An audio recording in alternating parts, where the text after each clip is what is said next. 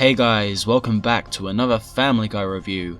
You're probably wondering why I'm reviewing Brief Encounter and not like one of the latest episodes, but my reason is simply, it's the first episode that aired after my Family Guy ranking video, which means it's the first I haven't spoken about in a video yet, which is kind of crazy. That means I've spoken about over nearly 400 other episodes.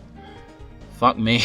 Anyway, before I jump into this video, I'd like to encourage those of you watching to subscribe to the channel for more reviews like this, my own cartoon projects, and even some gaming content here and there. Also drop a like and tell me what you think of the video and that stuff, whatever. And even tell me what you think of the episode I'm reviewing. I mean, it's interesting to hear other people's thoughts. Anyway, thank you. Okay, so I don't know about you, but I'm loving Family Guy Season 20 so far. It's been the best season since Season 16, which was really great, actually. Only one episode has flopped for me out of the 11 that have aired, which is kinda crazy. And for a Family Guy season, is very good. And this isn't just bias, you saw that fucking ranking video. There was definitely some episodes that I was harsh on. I genuinely think these latest episodes are good, starting with this one. So this episode, Brief Encounter, the main plot of this episode focuses on Peter and Quagmire switching underwear, leading to the both of them taking on each other's personalities. It's silly, but that's the kind of silly I like about this show. Some highlights here and there are simply the two acting like each other. There's Quagmire saying he encountered the giant chicken at the bank, which is just funny. What happened to you? I'm not really sure. I was in line at the bank and this human-sized chicken cut in front of me. Well, I wasn't gonna let that stand. And Peter giving one of Quagmire's rants towards Brian. Even if I don't like that original scene of Quagmire doing that, something about Peter doing it instead is just funny. And also, some of the comments are just a little bit more deserved, like the whole "you're in love with my wife" thing. Like, yeah, it's not really deserved when Quagmire says that, but it's a bit more deserved when Peter says it. So eventually, after a bunch of funny scenes, Joe eventually catches on to their weird behaviour and exposes the problem to them, which is, again, a funny scene.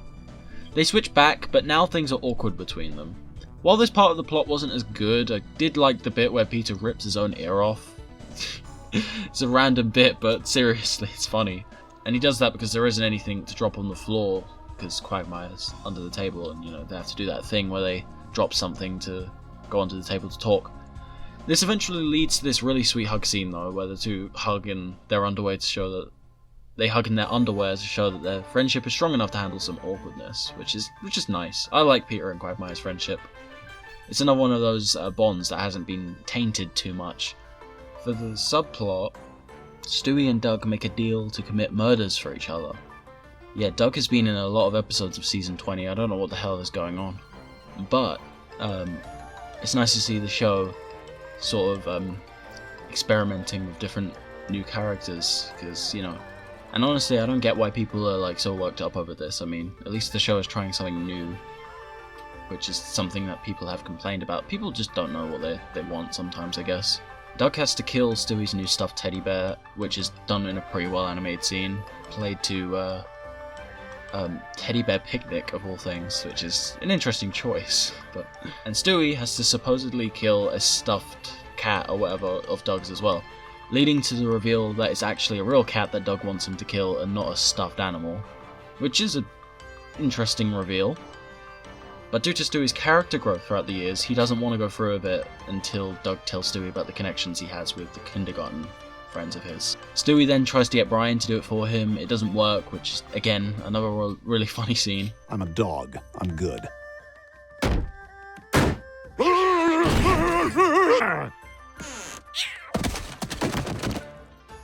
It went poorly. And eventually Stewie has to try and save the cat, but he's too late, because, that has to happen. This was the part of the plot I didn't like so much, if you can tell by the tone of my voice, because it doesn't really have a satisfying ending like the main plot did. It's just a little bit. Also, like, dead cats, there's not really a thing that's gonna fly with the cat man.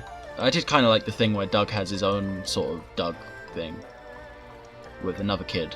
I thought that was an interesting concept, and they should bring that back. I kind of thought that was interesting.